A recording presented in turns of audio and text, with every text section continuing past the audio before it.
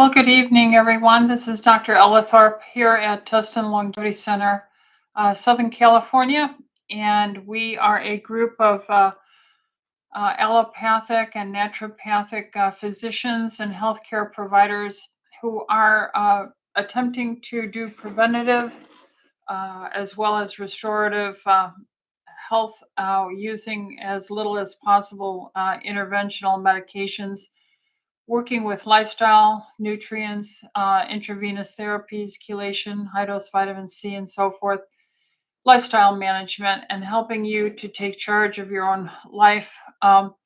We have a meeting here every Tuesday at 6 o'clock to 7 o'clock. Every Tuesday, we'll sit here and we'll take questions on email. We get these email questions through our tlcdoctors.com, tlcdoctors.com.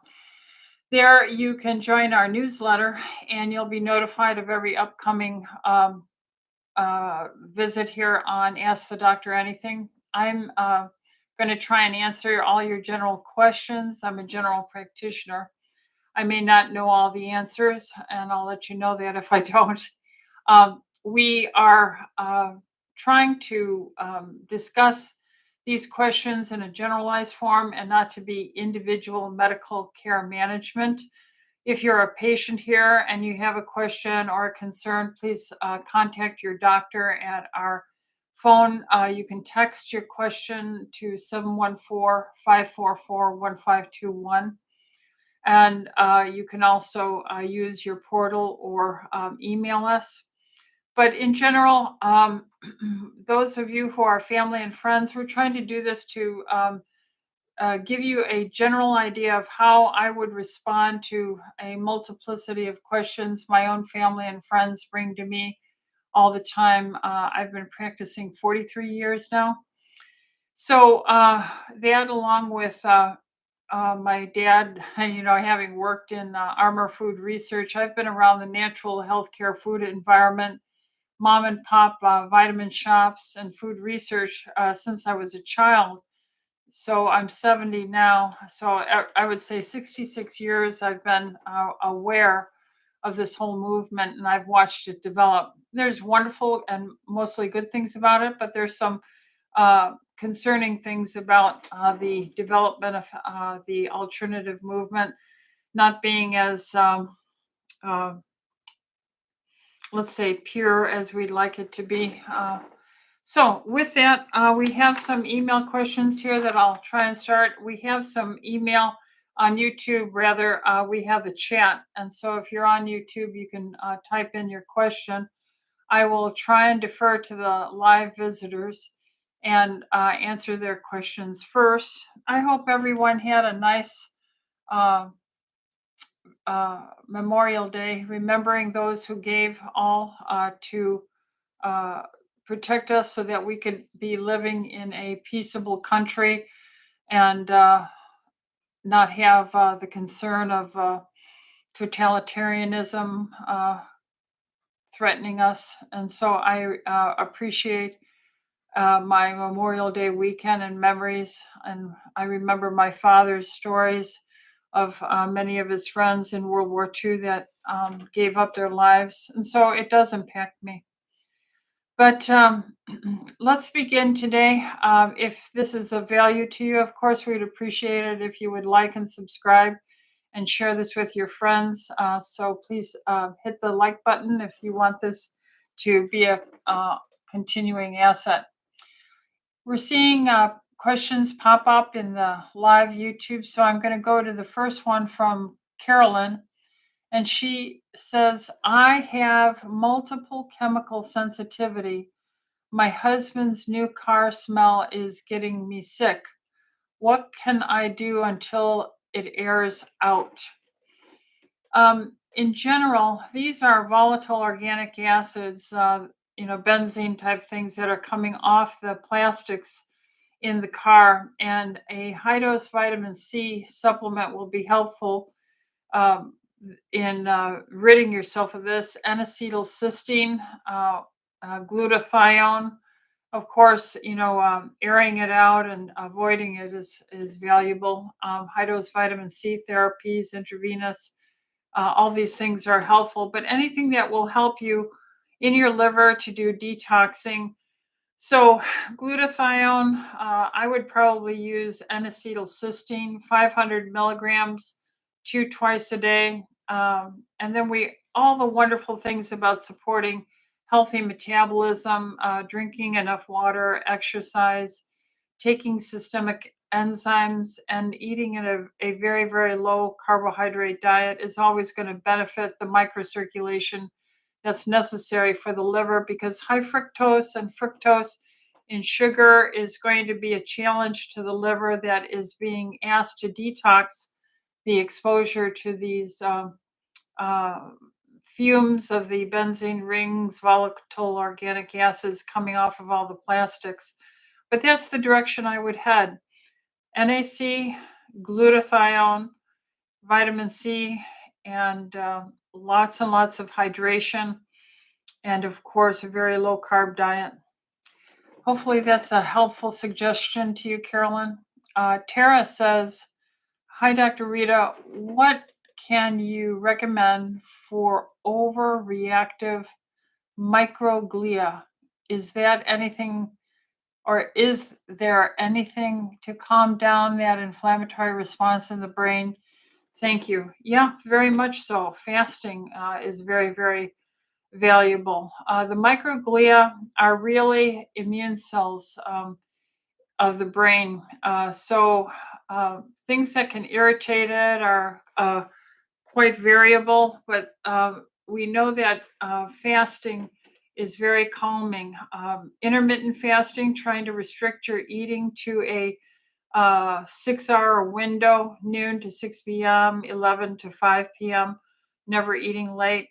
The other thing is using the quercetin. Quercetin is a natural antihistamine. And this natural antihistamine, if you start using it, you have to get a reputable company. I use the orthomolecular. Orthomolecular is one word. The company is in Wisconsin. Their product is called D as in dog, D-hist, Hist. Orthomolecular really built its whole successful history 30, 40 years ago on the natural quercetin D-hist. It works as a mast cell stabilizer, and that would be extremely beneficial for the microglia in the brain. Adequate hydration, and then you have to try and look at your lifestyle. What are the things you're doing that might be aggravating it? Finding out your blood type, getting a food allergy test. I like Fort Lauderdale, Florida's IMMUNO food allergy testing. That way you can look and see if there's certain even good foods that you eat habitually. You might be having a self or autoimmune response through your antibodies to certain foods, IgG. These are the slow reacting food reactions through the tiny breakdown in the gut that inflames the whole body and eventually inflames the brain with it. So we teach a food elimination diet. The best one, of course, is to go carnivore. If you just ate a pure carnivore diet for 2-3 months, that is extremely anti-inflammatory, desensitizing, and generally very cleansing for the whole body. It takes away all the plant anti-nutrients, lectins, phytates, oxalates, and getting rid of those will help disinflame the body. When we modify that on a rotation diet, we ask the patient to, if they're not going to be carnivore, to eat a very simplified menu. So we tell them not to go and buy processed foods at all, anytime, to all our patients. But you would be eating something like a beef and broccoli day for your 2 meals in that 6-hour window, or a chicken and green bean for your 2 meals during that day, or a salmon and asparagus, salt and pepper and butter. We limit even the condiments. You could have pork and Brussels sprouts for 2 meals, so that you can have day one a meat themed day, day two a fish themed day three a chicken themed day four a pork themed day, and maybe day five a omelet egg based day. And then try and do a 24-hour fast once a week, which is just letting the whole body detoxify and cleanse itself. So these are suggestions with a quercetin, good hydration. Uh, I would also point out that when you're eating a carnivore diet, you're eating the things that help the brain and all cell membranes with their fat. Remember, I always have this picture up, and we have this cell membrane injury here, okay? And that is a double layer of fat, and these round balls are just the proteins. So when you eat meat, fish, chicken, turkey, beef, eggs, that's what you're repairing, and then you heal quickly. At night is when you repair. So all healing is dependent on eating, taking, this is all protein and fat, not fruits and vegetables. So hopefully that would be a support to you and the quercetin, and hopefully that helps. Our next question in the live chat is Tara. Tara says, "Hi, Dr. Rita. What can you recommend for over?" Oh, no, that was who I just did. Sarah is the next one. Okay. Sarah says, "Hi, Dr. Rita. My 3-year-old daughter, who is autistic, is a very picky eater, and she has recurring bad, painful constipation. We've tried everything the pediatrician recommended, and it hasn't worked." And she goes on to say, "What can I do to help her constipation?" One of the things we found is Juice Plus for children is helpful with constipation. That's the most researched nutraceutical whole food concentrate of fruits, berries, and vegetables. And that's a feature we keep on getting told back to us is regularity of bowel movements seems to be much better. So I would recommend Juice Plus. They have them as gummies that keeps some of the fruit sugar in them. But I do like the capsules. You could open up a capsule into her food. Maybe you could put it in some applesauce that's unsweetened. Another thing is making sure that you're not teaching your child to get their liquids from sweet drinks, apple juice, orange juice, uh, sugared teas, and things. We want our children to drink water. Um, Minerals are very important. If your blood type is A, Sarah, and your child is A, I don't recall what your blood type was, but find out the blood type of the child, because usually A type blood children have a lower capacity to digest. And this is some of the reason why they become picky eaters.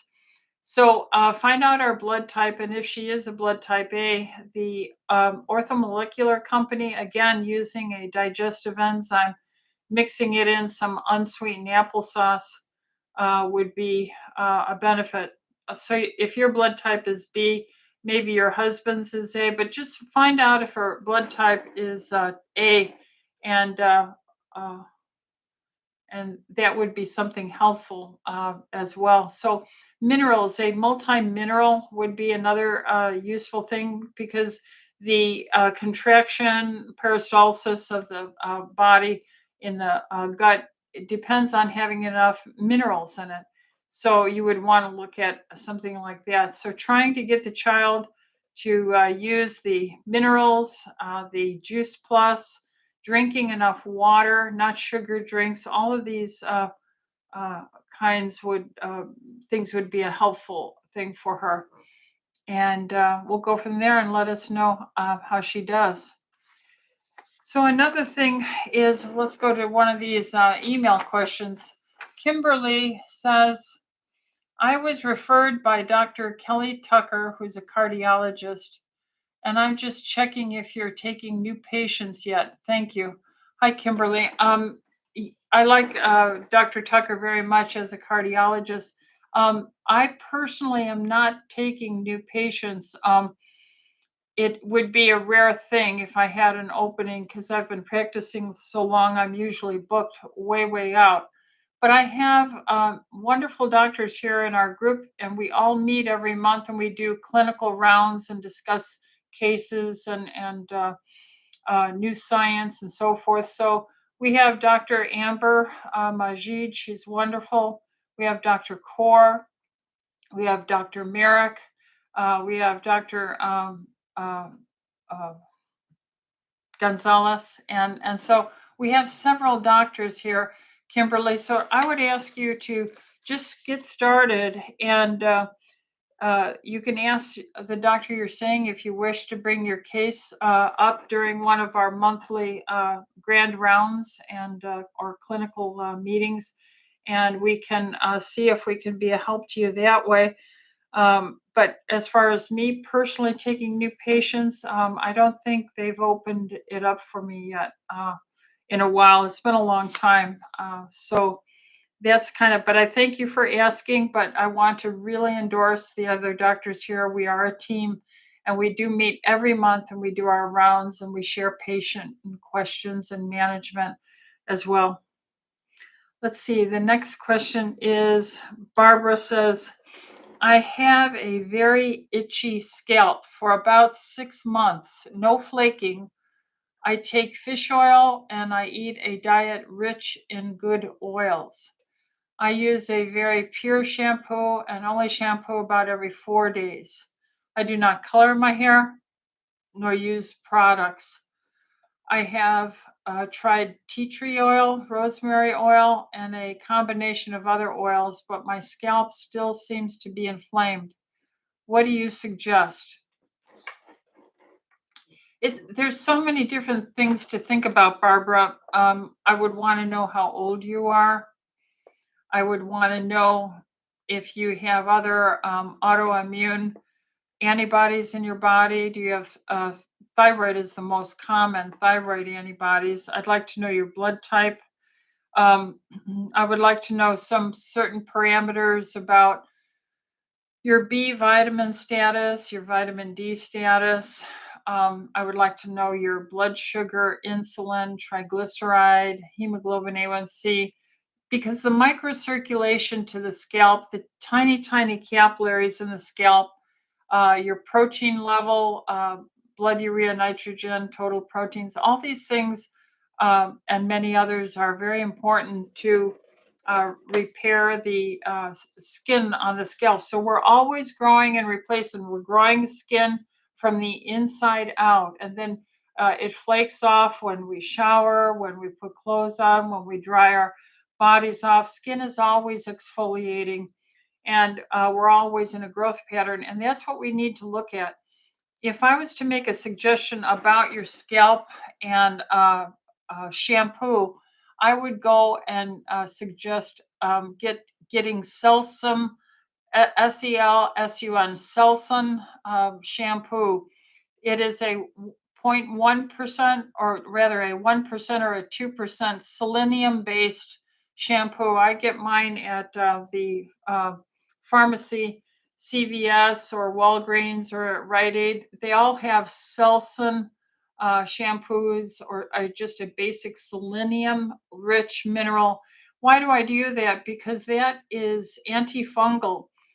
So often with our high carb diet, we don't realize the average blood sugar is too high and our immune system is depressed, and fungus at a very low grade level will develop. So Selsun is a very good thing to do. If you do that with a shower and the Selsun shampoo goes over all your body, it'll help prevent any fungus in your nails, your toenails, anywhere in your body as well.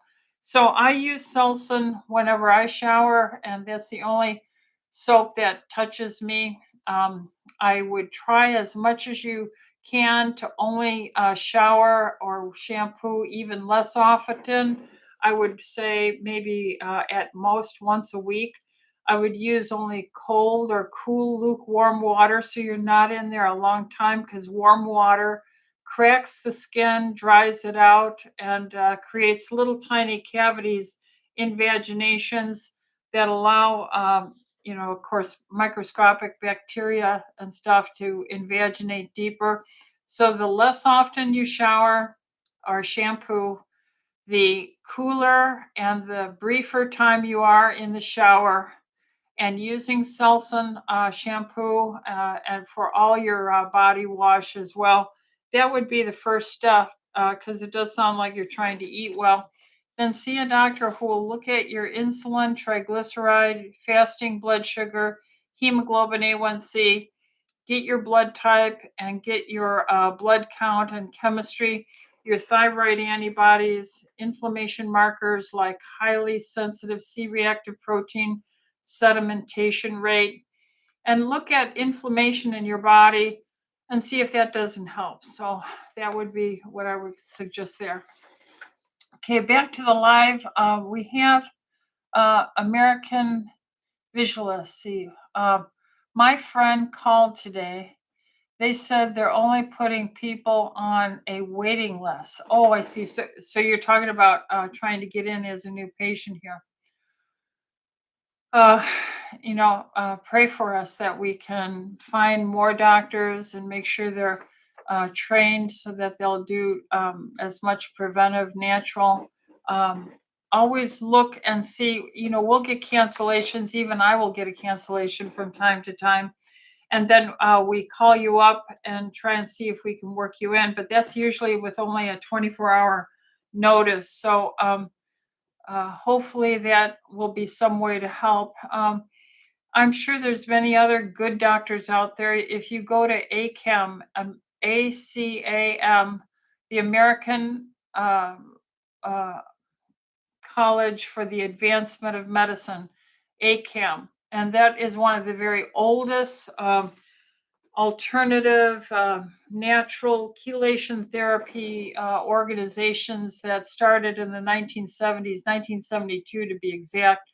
It was preceded by GLACAM, Great Lakes Academy for the Advancement of Medicine, and that started up in the Chicagoland area.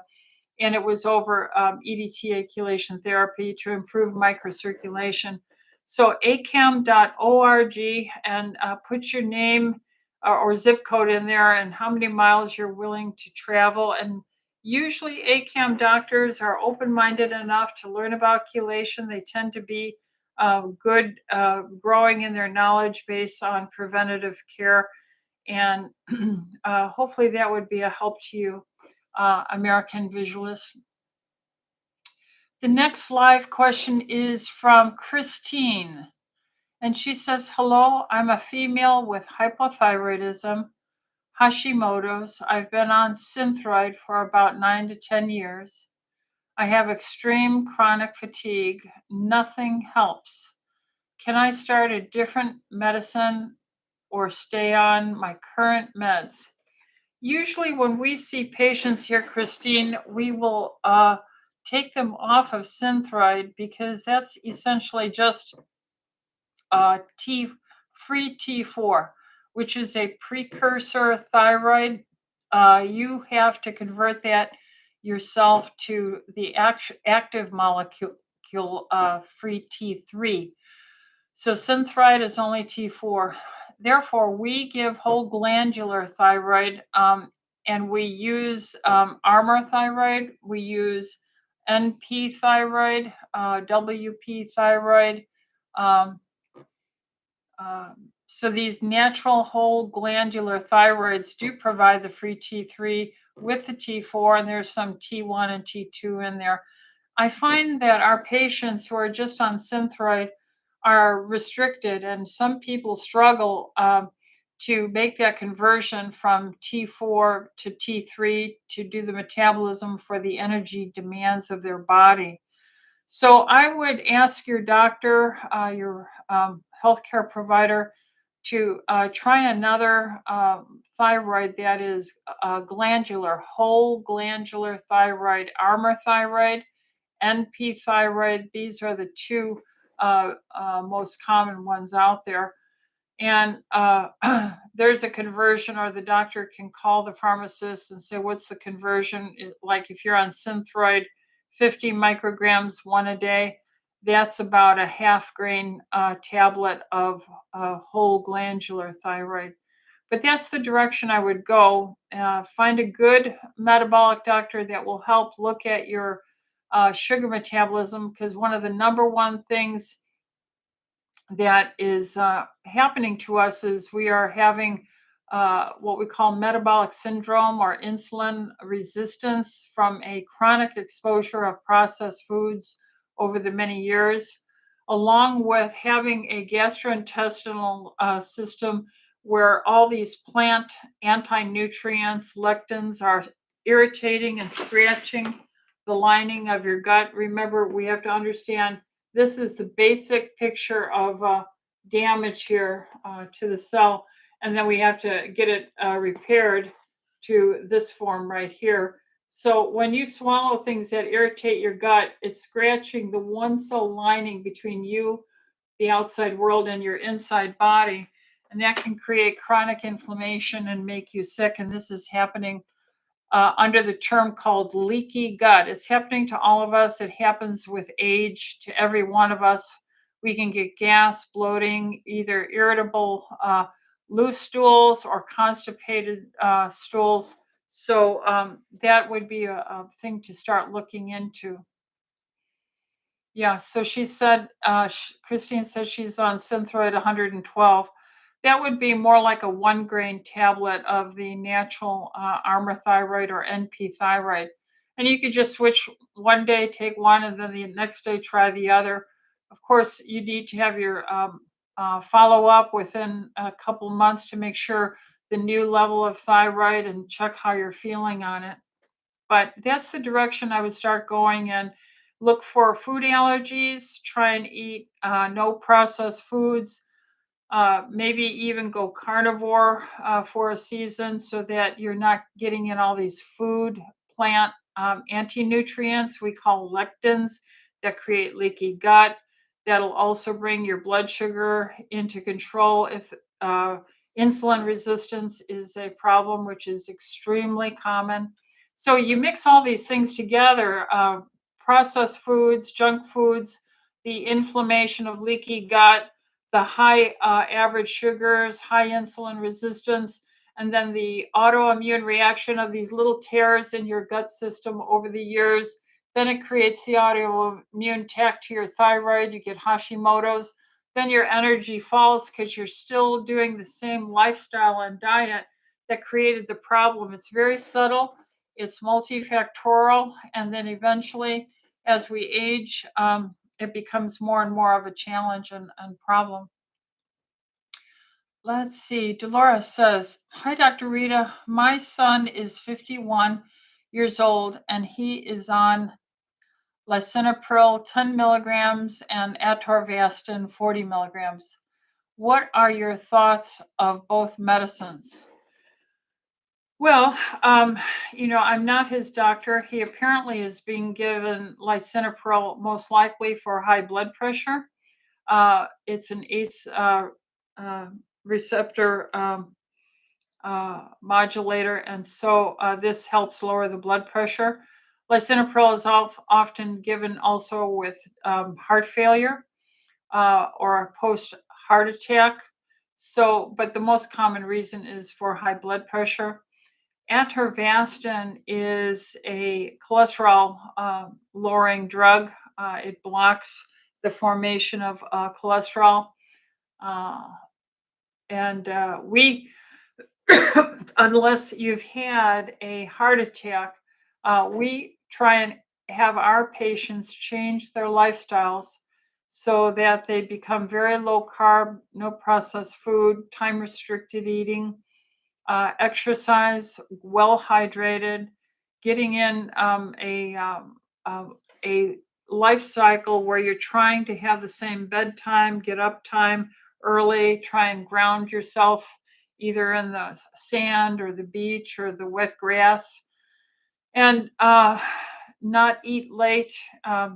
Taking magnesium to relax the blood vessels in the body and the mind, using edeticulation for microcirculation to help the cardiovascular system, blood pressure. And we do these kind of things instead of using drugs, Atorvastatin to lower cholesterol and lisinopril to lower the blood pressure. But every person's a unique situation, and there's a very, very narrow but logical reason for prescribing each of those medications. There is a very good YouTube, it would be very smart to watch, Dolores, called High Cholesterol is Healthy. High Cholesterol is Healthy by Dr. Berry and Dr. Diamond. So if you type in on YouTube, High Cholesterol is Healthy, Dr. Berry and Dr. Diamond, you'll see the two men show up, and they review all the science in a very understandable method. And they're very much anti-cholesterol lowering medications, except in a very, very extreme limited application. So you'll be educated by doing that, and so will your son. Another thing is to watch Sugar, the Bitter Truth. How sugar is associated with creating insulin resistance, and that leads to a whole plethora of metabolic problems, high blood pressure, high cholesterol, diabetes, dementia, obesity, fatigue, cancers, various things like this. And so if you would watch Sugar, the Bitter Truth by Dr. Lustig, Lustig, uh, it is quite an educational program. And you can apply this immediately just by changing your lifestyle. No processed food, eating only a piece of real meat, real fish, real chicken, real pork, real eggs with a vegetable, salt and pepper and butter, and you're having good food. It's so what you're being challenged with is all the entertainment that has been foisted at you through marketing, making you think every time you eat something, it should be entertaining to this mouth hole. And you think, what would I like to eat? What will entertain my mouth? That's a whole different thing than the topic of health. And this is where the battle begins. There's probably 5 billion people on the planet right now who would be thrilled to be able to eat just chicken and green beans with salt and pepper and butter. They would be thrilled to have hamburger or meat with broccoli with salt, pepper, and butter. They would be thrilled to have a piece of salmon with asparagus with salt, pepper, and butter. They would be thrilled to have pork chop or a pork roast with baked Brussels sprouts, buttered salt and pepper.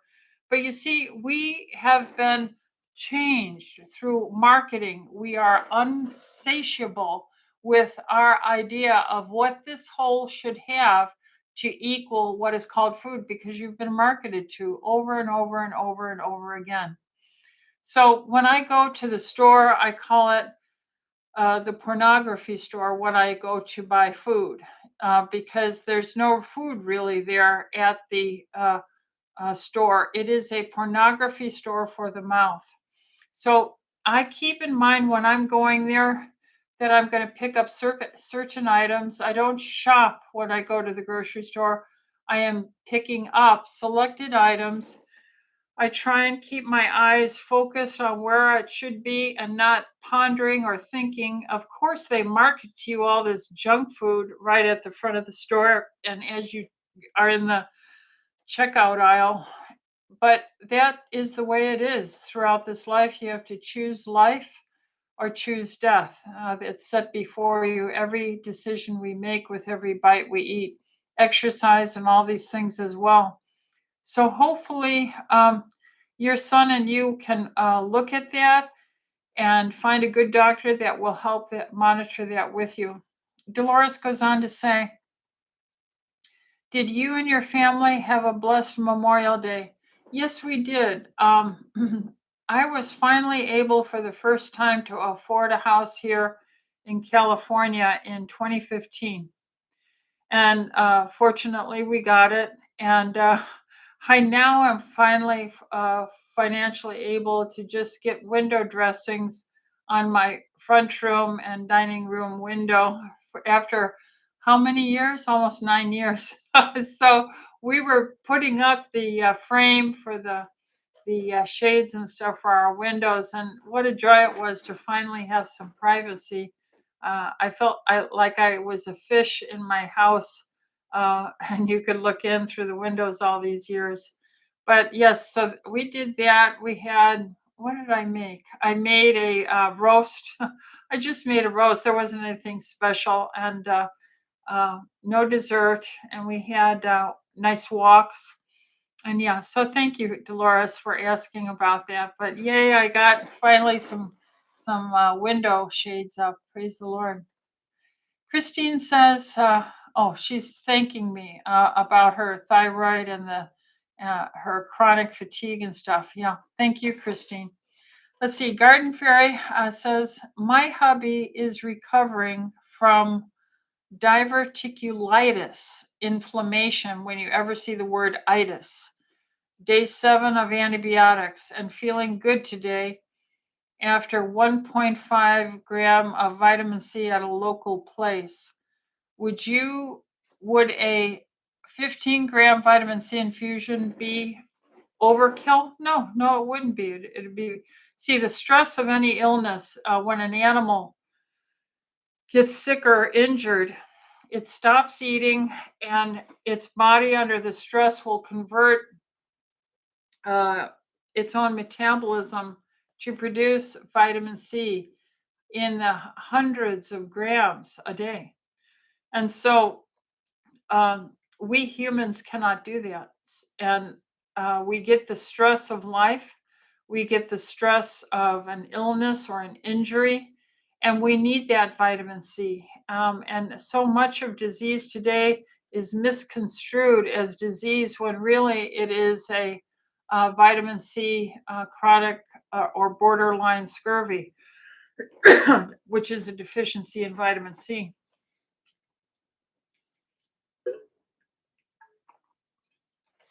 We give IV vitamin C in the realm of, let's see, 25 grams, and there's 1,000 milligram in each gram. We give the 50 gram, we give 100 gram, 75 grams. So you had a supportive dose at 15 grams.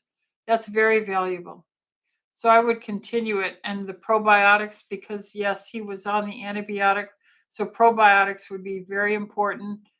And I don't know what GI Revive is, but all you really need is a very low carb diet, or just be on a carnivore diet. That's the most, remember, when you've injured yourself, all injury, every piece of disease is basically injury on the cell membrane, and you have to fix it over here. And what is this? This is fat and protein, and our fat and protein rich meat, fish, chicken, turkey, beef, eggs are the most abundant and readily available to the very first thing going down your gut, where the diverticulitis injury is to the lining of that gut. So meat, fish, turkey, chicken, beef, eggs would be the number one valuable thing. Tiziana says, hi, Dr. Rita. Hi, back to you, Tiziana. I forgot the name of the book you recommended about natural hormone replacement and how it does not give you cancer. Yeah, the name of that book is called Estrogen Matters. Estrogen Matters. That was written about, I think, 8 years ago. I think they have a new edition, and it's very good. So that's the name of the book. So let's go back to some of these email questions here. We have the itchy scalp. We did that one. Carol says, what do you think of Vital Air, which is exercise? energized oxygen therapy. Energized oxygen therapy called, the website is Energize, as in energized, ENERGISED, oxygen, OXYGEN.com. What do I think of Vital Air exercise oxygen therapy?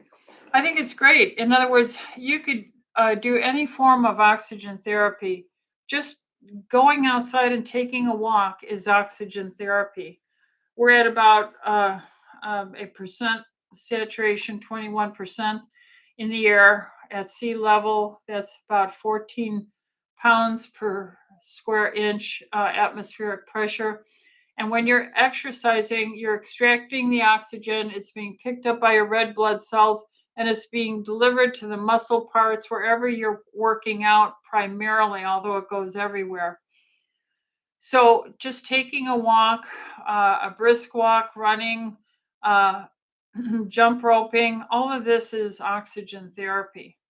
Now, when you take in a machine that you put on with a mask or a cannula, and you start delivering some extra oxygen concentration, then you're increasing the amount delivered capacity to your body, and it should help you with your metabolism, your endurance, which will help if you're exercising to develop more muscle capacity and just a general healthier body. So this exercise with oxygen therapy is called EWAT. Exercise with oxygen therapy, EWAT. And athletes, Olympiads, all these kind of things are done to expand this. Now, this is different than hyperbaric oxygen therapy. If you go in a tank where it's sealed and we can actually increase the pounds per square inch pressure of the oxygen content, then that will get into your body, not just on the red blood cells, but it'll also get dissolved into your plasma. So that kind of straw-colored liquid in your blood, so that you can tremendously increase your oxygen in your body through a tank, a hyperbaric oxygen tank. The thing is, you can't exercise in those things. And the issue there is you get a higher concentration, but you're confined. It's much more expensive. So I like exercise, which is what I'm going to do right after I'm done here. I go to my workout here shortly, Tuesday nights, Thursday nights, Saturdays after work, and we do our heavy weightlifting, and I do my walks on the other days.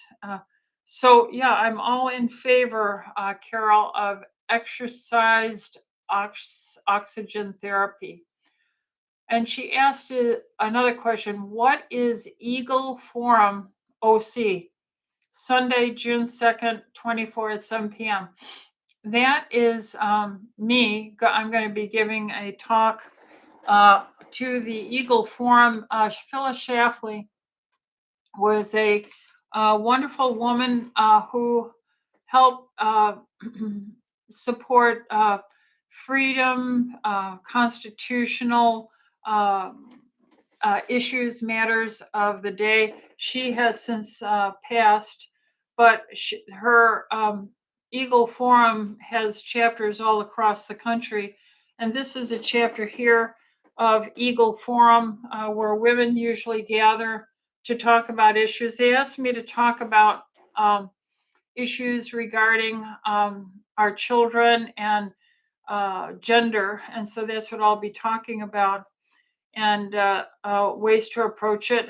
It's going to be at, I think, the Hillsdale Church in Whittier off the 405, 7 o'clock at June 2nd. But it's Eagle Forum, Orange County.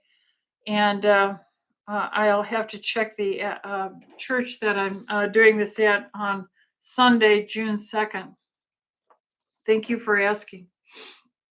Sherry says, Hi, Dr. Rita. People are saying that some IV places dilute their IVs. When do I get when I get too sick to leave my house, I like to have a mobile IV come to my house. Do you recommend one that you think is legit? I haven't looked into this, Sherry, and I'm concerned. A lot of the vitamin C, the vast majority comes from communist China, and they enslave their people, and they abuse their population, and they take shortcuts. They're a collectivist society that uses the state is more important than the individual. So they're building cold power plants. Every 2 weeks, they're erecting another cold power plant. They're belching all this environmental protected smokestacks, and they are one of the major contributors to lead and mercury in the atmosphere now. But this is not allowed to be discussed as a politically correct thing. That lead and that mercury lands on their fields and their waters, and it gets into the food. So the corn that turns into the vitamin C in the vitamins and in the IVs become contaminated. And so I endeavor to work with entrepreneurs that are private, that have their name and their family future and provision based on the high quality of their products. So I don't compromise. I make sure I'm not getting anything from China, communist China. And that is unfortunately what makes these mobile units cut corners and stuff. Maybe they don't know about it, but you need to ask them where their source is, and if they're aware of the heavy metal contamination. So I don't know of these places. I think a doctor should be present, and I teach chelation therapy and the importance of a health provider being there. Is a nurse enough? I don't know the situation. I just don't like taking risk with my patients. So no, I don't know of any mobile IV place that I would recommend. Helen, I have a upcoming appointment with a surgeon to review CT scans showing 3 hernias. What questions should I ask to ensure I receive medically necessary treatment and a thorough review in my 15-minute appointment? Oh my goodness. Well, Helen, that's kind of challenging. I assume maybe you have a hiatal hernia. That's where the esophagus goes through the diaphragm between the chest and the abdomen. And sometimes the stomach kind of burps out into the chest cavity there a little bit. We call it a hiatal hernia. That's very common if you've had children. Almost all women have some degree of a hiatal hernia when the baby's in them, and they're eating. That puts a strain on the musculature there. So hiatal hernia, maybe you have a tummy, abdominal, or umbilical hernia. Maybe when they sewed you up, or if you had a C-section, and maybe you have a inguinal groin hernia. So 3 hernias are significant. The more areas to address, the higher the degree of complexity. I would want to ask him, if he's going to use mesh. Is he going to just use sutures, or is he going to put a grit, kind of like a meshwork in there? What kind of statistics exist on the body rejecting that? What's the statistical long-term problems with it? Sometimes these mesh migrate and slip, you might say. What is his follow-up protocol? Will you be taking probiotics if he gives you antibiotics? Because usually they will give you antibiotics with the surgery. I would make sure your vitamin D level was up. What kind of exercise does he recommend for rehabilitation after surgery? Uh, there's various questions like that, but really, I would ask you to address those questions with them. But that's a starter, at least for you, Helen. Anne says, I am taking hydrochloric acid, HCl, pancreatic enzymes, and IVM with meals. And I do not know what IVM, capital I, capital V, capital M. I don't know what that means. With either the hydrochloric acid or the pancreatic enzymes, inactivate the IVM or reduce its efficacy. I'm not sure I know what you're referring to by IVM. Oh, ivermectin. Oh, no. Okay, yeah. Ivermectin should be fine. I can see that you just went ahead and put that there. If it's ivermectin, it'll be fine with the pancreatic enzymes and betaine hydrochloric acid. It's totally safe. And then Gwendolyn asks, hi, Dr. Rita, you are a blessing. Well, everyone is a blessing. We're all made in the image of God. And hopefully we all learn that it is He that we're serving, and we should love our neighbor as ourselves. And the Lord even said that we should love our enemies.